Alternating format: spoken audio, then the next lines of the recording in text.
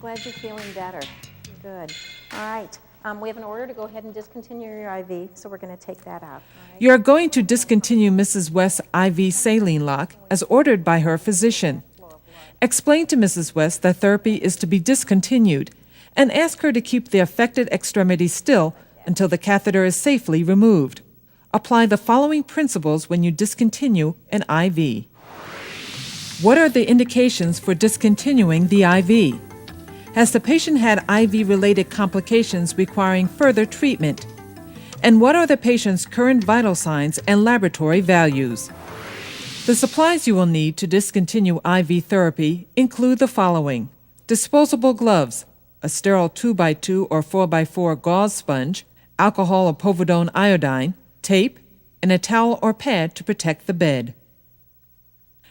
After washing your hands, apply disposable gloves.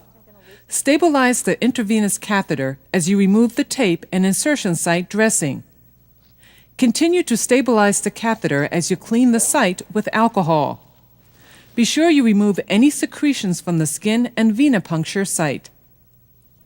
Place sterile gauze or alcohol swab over the venipuncture site.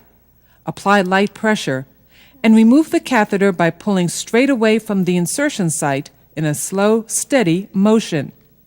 Keep the gauze or swab in place and apply continuous pressure to the site for 2 to 3 minutes to control bleeding and reduce the risk of hematoma formation. Examine the catheter tip to make sure it is intact. If the patient has been receiving anticoagulants, you should maintain pressure for 5 to 10 minutes. A little dry dressing on top of here.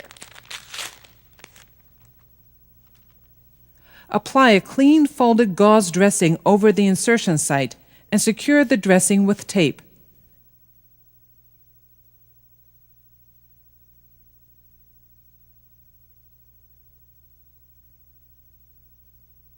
Discard used supplies, remove your gloves, and wash your hands when you are finished.